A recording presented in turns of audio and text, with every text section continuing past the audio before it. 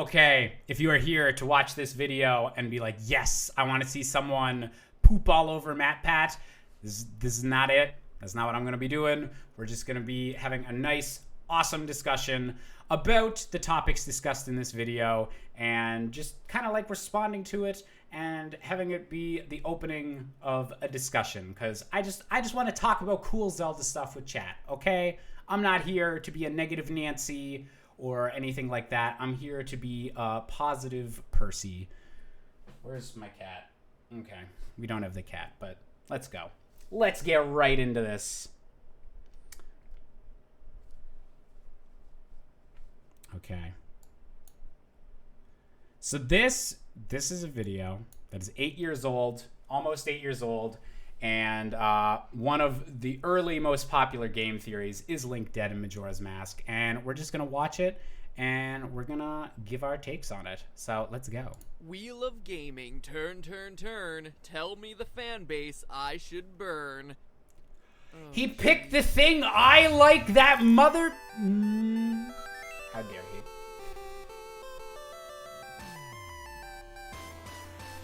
Bum, bum, bum, bum, bum, bum, bum, bum, bum. Please don't copyright strike me, MatPat. No, don't do it, baby. Don't do it, please, Matt. No. Hello, Internet. Welcome to Game Theory, the show that unwittingly manages to offend a new subset of die-hard video game fans on a regular basis. Speaking of which, that's why today we're talking about the absolutely absurd physics of Zelda's hook. But yeah, that's Majora's Mask. Ah! One of the darkest Zelda games out there, and I love it. Anyway, I'm Peanut Butter Gamer, and I'll see you guys next. Excuse me, Mr. Butter Gamer, you appear to be on the wrong channel. Huh? How'd that happen? YouTube glitch. Oh, YouTube. Hey, whoa, whoa. People in chat saying, hey, that's just... Not all white brunette male YouTubers that love Zelda are the same. It is racist to assume that. We're so different. Both got the slightly unshaven neck going on, like not as trimmed as the fucking. You guys are racist. You guys, Glitch. While we're on the subject, can we talk about how videos don't reach subscribers? Or comments requiring Google Plus. Okay, the comments requiring Google Plus, that's a dated reference. But I love that 8 years ago, we were still complaining that, like, man, YouTube's changed. YouTube's not as good as it used to be. That was 8 years ago. 8 years ago, we were already on that train, and baby, we have not gotten off that train. Since you're here, you mentioned Majora's Mask? Oh yeah, I just finished it again. It's definitely one of my favorite Zelda games. It's so dark and creepy. Right? Like, who would think that Nintendo would actually release a game about Link dying? Wait, say that again? Well, it's just a theory. Oh, a game Oh, thief. slow down there, peanut butter jelly time. Let's not jump the gun here. Have you heard about the Majora's Mask grief theory? Well, it sounds kind of familiar, but why don't you go ahead and fill me in just in case? Well, basically there are 5 major realms in the game, right? Yeah, there's Clocktown. I say this 100% with love, because all of my live action segments are like this too. I fucking love video game reviewer collab acting. Whenever two people are states apart, talking into their webcam to each other about video games and setting up what each person is going to describe, that is an art form. I completely unironically fucking love it. This perfect aesthetic. We love this. Woodfall, Snowhead, Akana Valley, and Great Bay. Not in that order. So, each area... Wait, hold on, let me get this out of the way here. give us some room to breathe. As I was saying, each area in the game features some aspect of loss, right? But the way the game's NPCs handle these losses differ from one location to the next. In fact, how the characters handle their personal losses and the order in which you confront them perfectly match up with what's known as the Kubler-Ross model of grief, which... So, okay. This part of the whole theory, I'm on board with all of this. I don't know if specifically like this model, like if they were like, this area has to align to this part of grief and this area has to align with this part of grief, like super specifically like this exact model. I don't know if that's the case, but I generally like pretty much agree that thematically Majora's Mask deals with this a lot. Like this whole idea of loss, grief, and overcoming that. Like literally like Song of Healing is one of your major like items, like things you, one of your best tools to use like throughout your adventure is literally the Song of Healing. So I feel like this is all very on the money. That's one of the things that's so great about Majora's Mask is that it is like very explicitly like exploring kind of these emotional states, and there's parallels between the different groups, and like even before you like dig into all of this and specifically like what each area is representing and everything, like just this sense of loss and everything like actually is like a big part of the game and part of what sets it apart from Ocarina of Time, which is a bit more like traditional storytelling and like trying to tell like more of like a blockbuster like adventure story, which I love. Like Ocarina of Time is literally like my favorite Zelda game, so I'm obviously super on board with that, whereas Majora's Mask is a lot more, I think, interested in exploring some internal subjects rather than like a big grand like epic Dungeons and Dragons adventure. So let's keep on listening and see if I start disagreeing at any point. Basically says that when someone is confronted with death, they go through 5 very distinct emotional phases: denial, anger, bargaining, depression, and acceptance. DABDA for short. Link's adventure starts in Clocktown, where all the people are in denial. Notice how even though there's a moon that's going to crash into the world, killing everyone in 3 days, no one seems to care. In fact, they're planning a carnival. Take a quick peek into the mayor's office and you see Muto the carpenter calling anyone who's scared a coward, saying that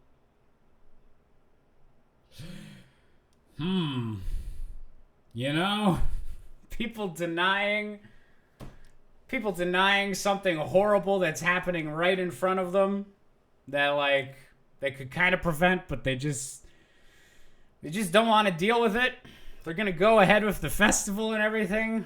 I don't know. That doesn't seem like human nature. I've not seen any evidence of this sort of thing in the past few years. Majora's Mask it's too on the nose. It's too on the moon's nose with these parallels to 2021 and 2020.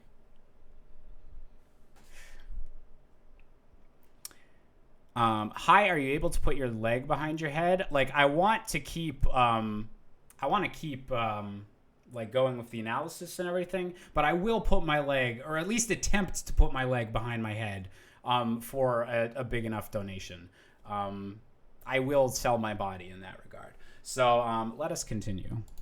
the falling moon is just a groundless theory. A game thief. Nope, still not yet. Appreciate the enthusiasm though, but still no. Still not yet. Oh, and there's the Swordmaster, who even says he's gonna slice the moon into pieces. Not the most effective strategy. A perfect example of denial, or stage 1 of the Kubler-Ross model. Then there's the Deku Palace in Woodfall. Here, the princess has gone missing. And how does the Deku King respond? Obviously by raging against a monkey. Man, monkey abuse just seems to be a thing around here lately. Anyway, he jumps to the conclusion that this monkey is the culprit and must die as a punishment. The thing thing is, the monkey's innocent. The Deku King is just angry, lashing out at anything and anyone because he doesn't know what else to do. And thus we see the second stage of grief manifested. You mad, bro? Yes. Yes, he is. Stage 3, I got this. Snowhead features the Gorons, a tribe who just lost their leader, Darmani. When you meet his ghost, he begs Link to use his magic to bring him back to life. He's bargaining. Darmani is actively trying to make a deal to prolong his life.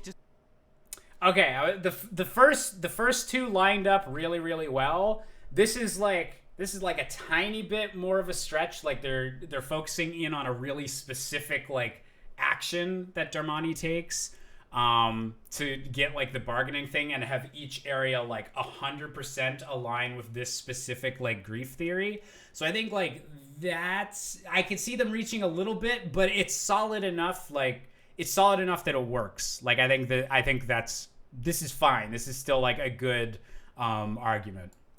Just a little longer, thinking that Link can provide some backdoor solution to the inevitability of his death.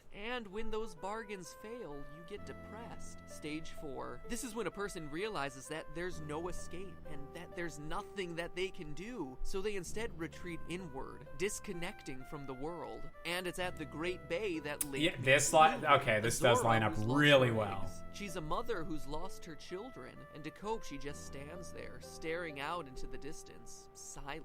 And finally, Link makes his way to Icona Valley, a valley filled with death, sure, but also a place of acceptance. First, you have Sharp, one of 2 composer brothers who you help come to terms with his mistreatment of his sibling. But also, more symbolically, you have the Stone Tower Temple, which has you climbing upwards towards the heavens and obtaining enlightenment, here illustrated by the item of the dungeon being the light arrows. Link has journeyed through the Valley of Death, passed through the other 4 stages, and here he ascends into acceptance. There's even the So, okay, the depression one lines up really, really well. Like, that's right on the money.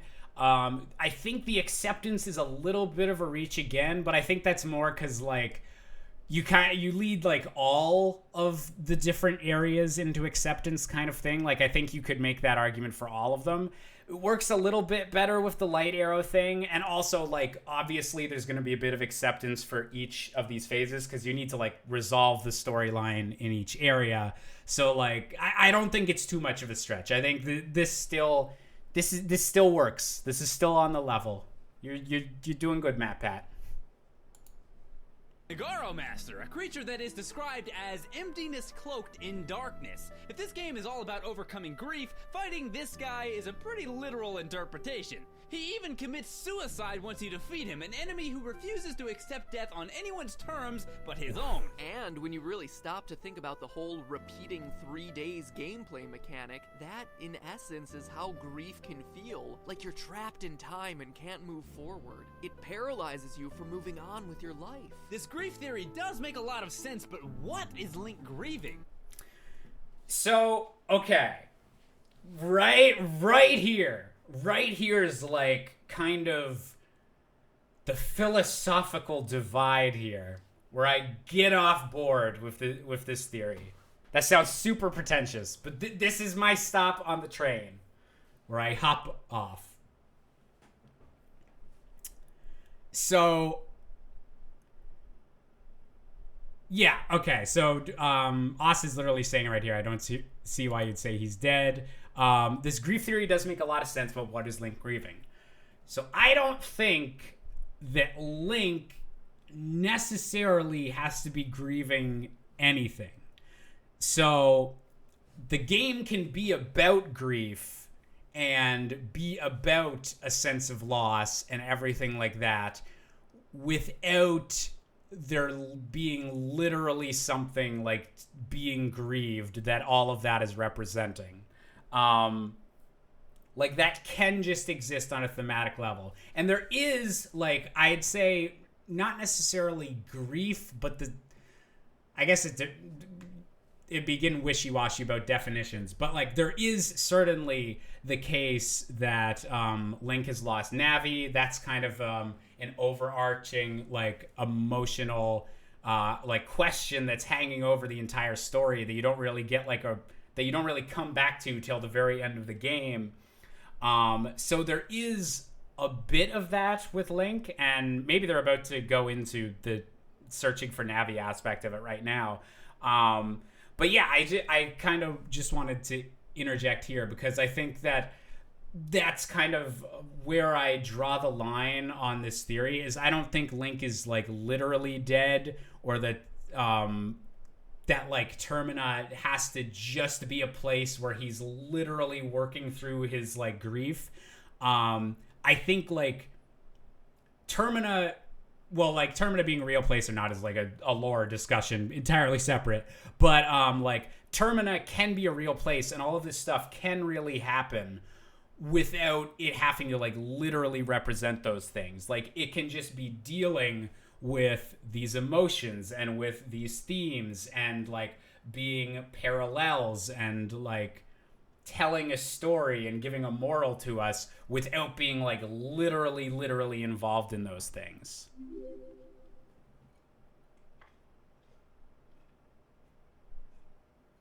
Thank you for the hydration break.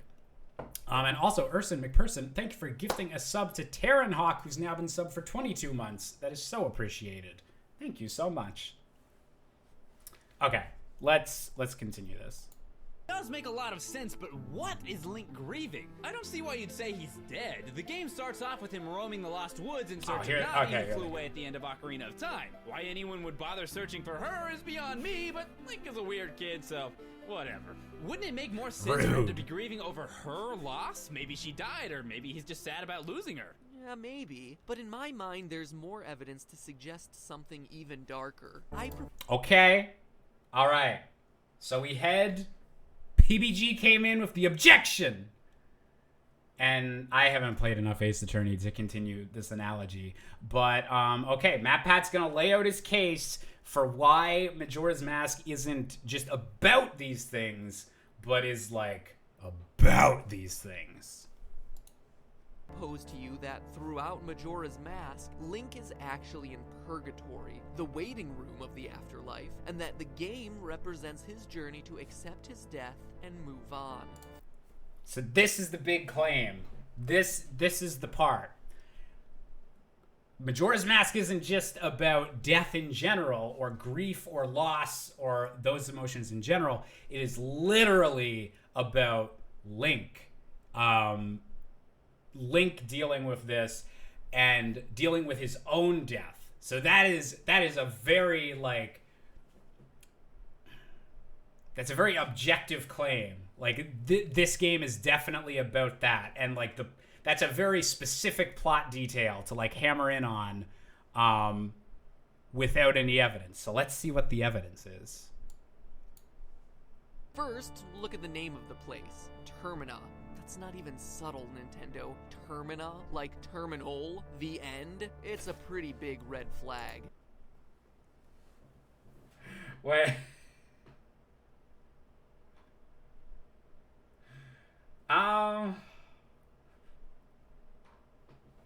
Like, I don't know if that... I thought he was gonna go in the direction of, like, Termina, like, temporal, like, it kind of... It's evocative of, like, those types of things, but I don't think that means that it has to literally be, like, purgatory or be literal death. I don't think, again, it's like it can be evocative or something. It can kind of add to it thematically, but I don't think that's like a secret clue that it is that thing.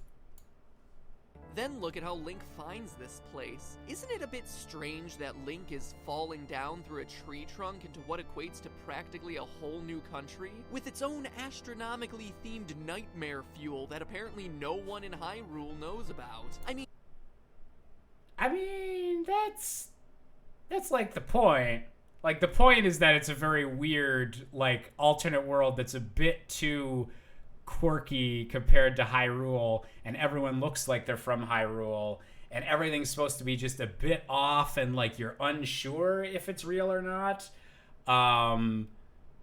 Yeah, like, that's kind of, like, the entire, like, premise of the place, is that it's this, like, kind of dreamlike, like you're not quite sure what its deal is or like how this could be real, because like, yeah, he just fell down a tree and stuff, and is he dreaming this? But it's like, that's the question. That's not the answer. Does that make sense? Planet Earth is a really big place, significantly bigger than Hyrule, but whether you're in Spokane or Djibouti, you know how many moons we have. Really, I ask the question, where is this place supposed to be located? Iceland. Duh.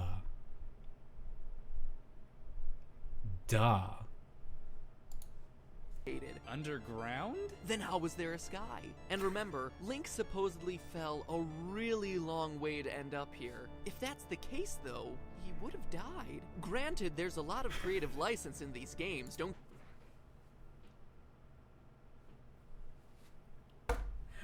I'm sorry. Okay. Link would have died from a fall? No. If you push forward on the control stick, you do a little somersault and you don't take fall damage. Of course he's not going to die. You learn that in Ocarina of Time. That's Link's most amazing ability, is not being able to take fall damage. Yeah, no, like, I get this, like, this strengthens the argument that, like, there's weird shit going on with Termina, but I don't think it strengthens the argument that, like, Link's actually dead. Yeah. And, yeah, Link didn't die from that fall. It doesn't read like that. And also, he lands on a pretty soft plant. So, like, I think he's okay.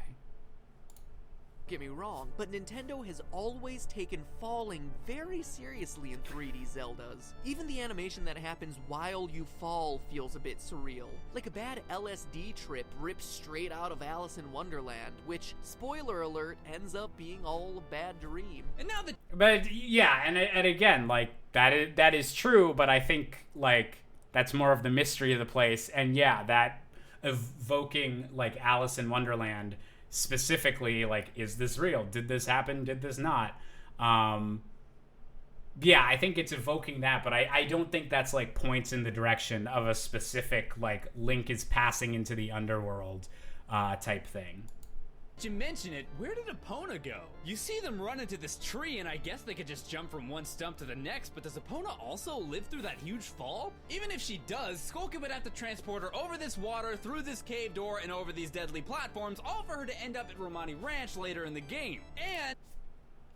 And that's, like, I'm just, like, saying the same things over and over now. But again, like, that's the weirdness, is that, like, how did he get, like, Epona there? And, like, whenever you don't really kind of expect to find Epona again, and it, like, she appears in a spot you wouldn't expect her to, and I think, like, yeah, what happened to Epona is part of, like, the weirdness of, like, what happened to you, and just, like, adds to all that.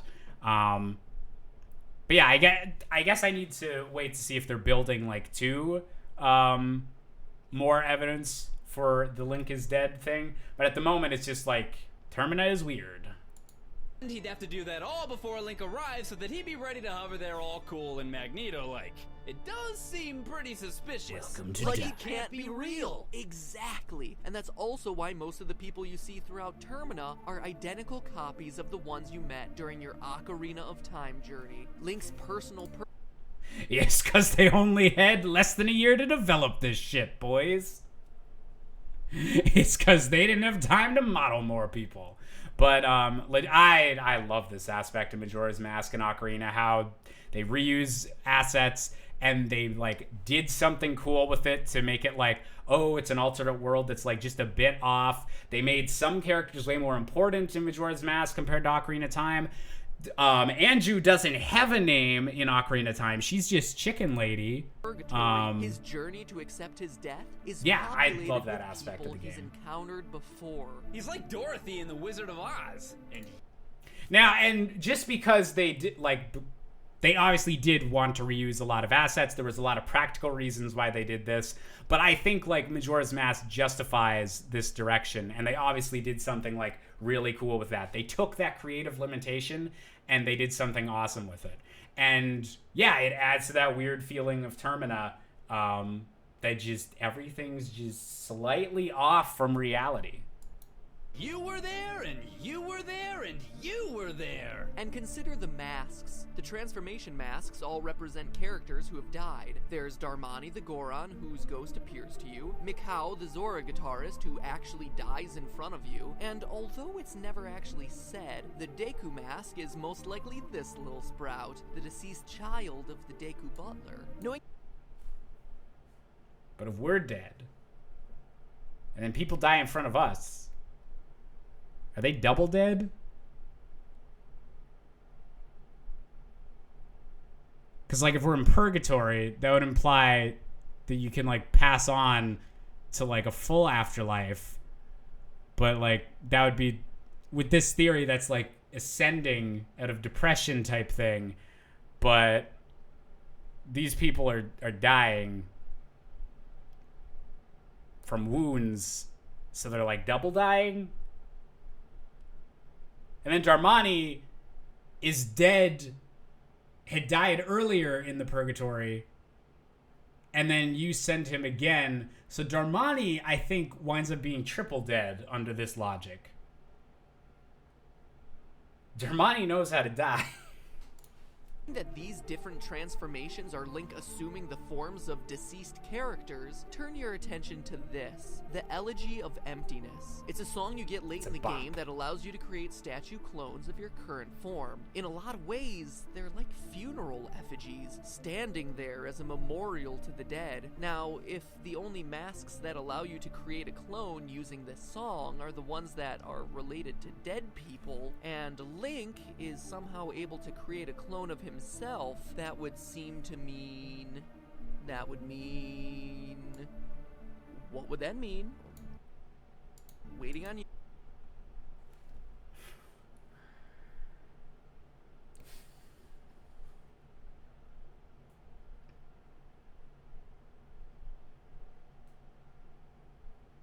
See, I don't... This is a little bit like...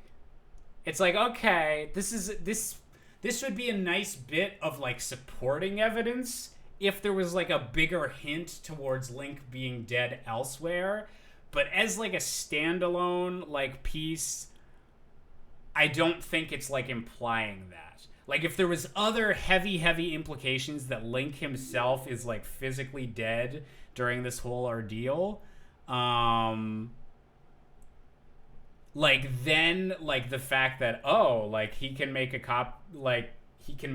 funeral, like, copy of himself, like, that might work a little bit, but as a standalone thing, I'm not sure that it quite works. But we shall continue. We still got, like, 3.5 minutes left on this. And that actually makes sense in the timeline, too. Okay, we'll keep moving on then. Well, Majora's Mask comes before Twilight Princess according to the official Zelda timeline, right? And in Twilight Princess, there's the hero Shade, a Stalfos-looking creature who has officially been confirmed in Hyrule Historia as the spirit of the hero of time, aka Link in Majora's Mask. And just in case you doubt they're one and the same, he's left-handed like Link, and most of the songs he uses come from Ocarina and Majora. Anyway, Zelda lore states that those who become lost in the woods are fated to become a I will say, the reason that the songs all come from Ocarina and Majora is because the only other 3D game that they could pull references from is Wind Waker, and Wind Waker stole most of its little tunes from Ocarina and Majora there. Whoops. I'm going to be 100% honest. I need to brush up on my Zelda timeline a little bit. That's on me. I need to go through my Hyrule Historia. So my commentary may be a little bit off here, but I don't... It's true that a deceased eventual, like, hero of time, like, does feature in Twilight Princess, but I don't think that necessarily implies that the death had to happen in Majora's Mask, And it would seem weird if he died as a kid and still was like a big grown-up warrior later. But like it's again like maybe a bit of like supporting evidence, but there's still not like a main argument to kind of like be supported by there. Does that make sense? I hope it does. Also, I'm enjoying all of the awesome people in chat. Hello, all you beautiful folk. Thank you very much for resubscribing for 40 months, Logan. So appreciated. Althos. Although I accepted life as the hero, I could not convey the lessons of that life to those who came after. At last, I have eased my regrets. So, the hero of time is somehow prevented from teaching others his ways. And that begs the question, why? Why would this hero who has conquered both evil and time have such profound regrets? Could it be that he died prematurely? Could it be that he died in the Lost Woods becoming a Stalthos? Could it be? Probably. It's all. Okay, I will say that was a little bit stronger of an argument to me. The fact that he does mention that that he was like impeded in some way from like that he has regrets and all that stuff. That's a little bit more. That give like if I was giving the other pieces of evidence like a 2 out of 10 or something, I'd give that like a 3.5 or like maybe even a 4 out of 10. Yeah, that's a little bit stronger. It's still only like supporting evidence to like a main argument that I don't think's like there, but that's like a good point to kind of like hone in on. Good call. Also worth pointing out that the hero's shade saying "believe in your strength" directly mirrors what the Happy Mask salesman says to Link throughout Majora's Mask. Believe in your strengths. And speaking of the Happy Mask salesman, he provides what I think is the strongest proof of this theory. Okay, we strongest proof of this theory. We got the bit. This is it. They're throwing forward the big argument now. Ideally, you would want to lead with that, but this is like a I have structured videos much worse than any of this, so that's not an actual complaint or anything. I was gonna comment on something. Oh yeah, the believe in your strengths thing. That's also like a nice kind of supporting thing. It might just be a reference to the fact that that's something that he was taught. Like the Happy Mask salesman teaches young Link, believe in your strengths. That's something that sticks with him obviously as he grows up, and so he's still, even in death, passing on that knowledge. I kind of like that idea, and I like that they pointed it out. Don't know if it implies that Link like died during Majora's Mask, but it's a nice little bit of like world building. I actually hadn't like thought of this a lot before, but I like that. Happy Mask salesman like teaching a lesson to Link, and like eons later he's still kind of imparting that wisdom. I like that. Mask, believe in your strengths. And speaking of the Happy Mask salesman, he provides what I think is the strongest proof of this theory. Do you happen to remember the first line he says to you in the game? You've met with a terrible fate, haven't you?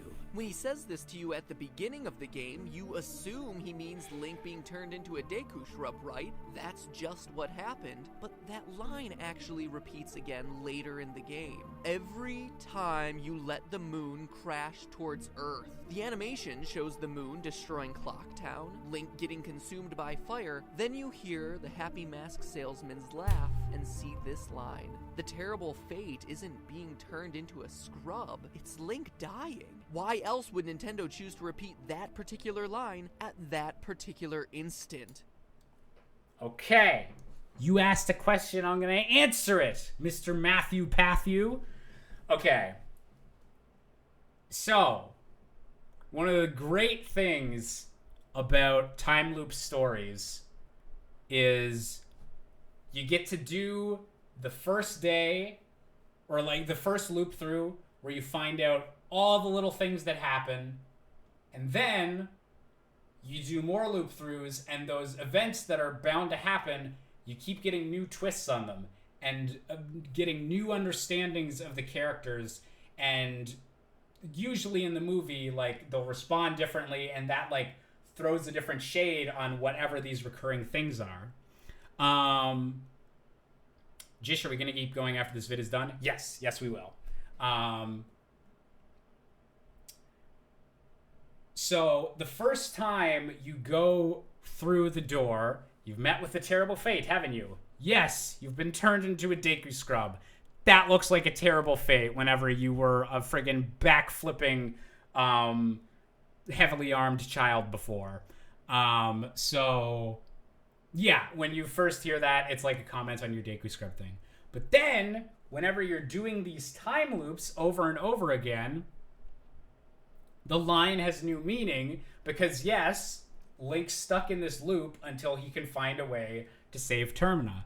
So, you met with a terrible fate, haven't you? Can refer both to you failed and the moon came down, you died like some other way and the loop's repeating.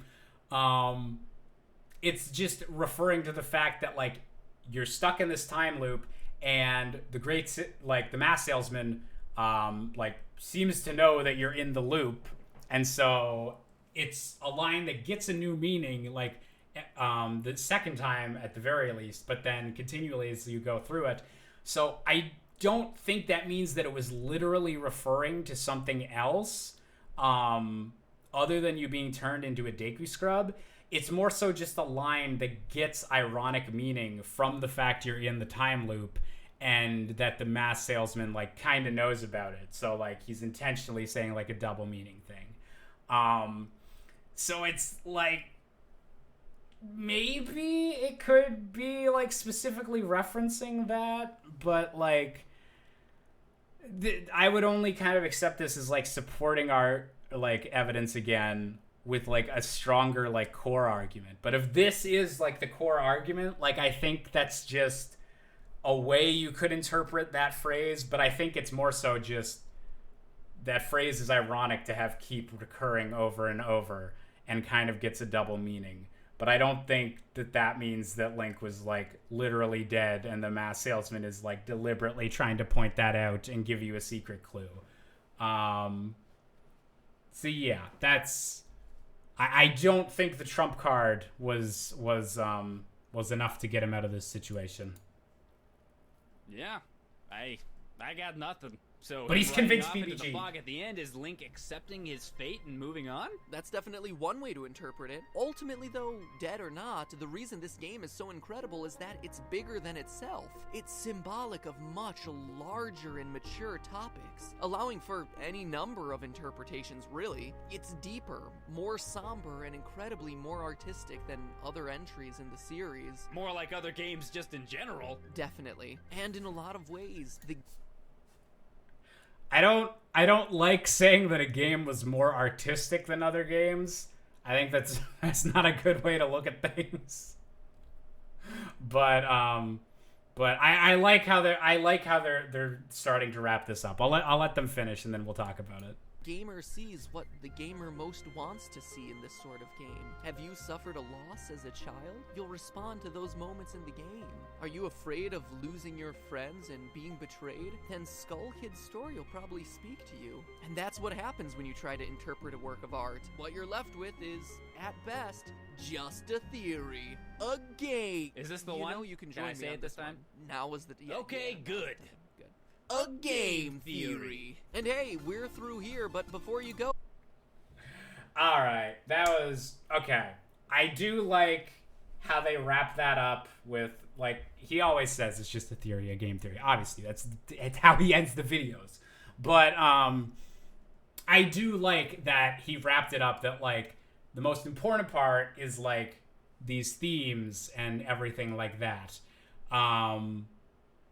And the fact that the game was able to kind of like approach these topics and be about them, even if it's not literally about them. So honestly, like the fact he framed it like that, I actually, I'm going to come away like more positive from this video than I kind of expected to.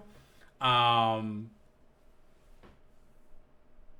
yeah, like I understand that like it's a meme now for the like is Link dead in Majora's Mask, but I think like overall just as like one of the early videos to like talk about like kind of the thematics of Majora's Mask and stuff. Like, for coming out 8 years ago, like I'm gonna say that's pretty good. I'm gonna come out positive on that one, and I liked getting to actually talk about that.